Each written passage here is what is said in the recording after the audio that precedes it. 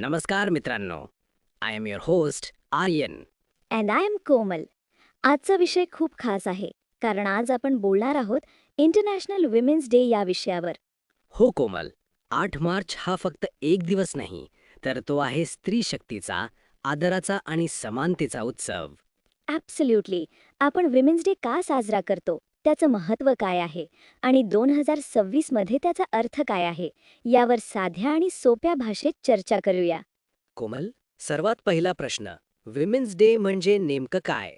Women's day म्हणजे जगभरातील महिलांच्या योगदानाचा सन्मान करण्याचा दिवस.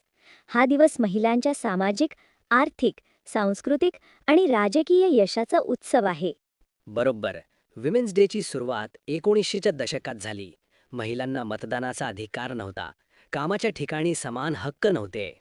हो, आणि अनेक चळवळींनंतर 8 मार्च हा दिवस अधिकृतपणे इंटरनॅशनल विमेन्स डे म्हणून साजरा केला जाऊ लागला. आपण विमेन्स डे का साजरा करतो? अजूनही त्याची गरज आहे का?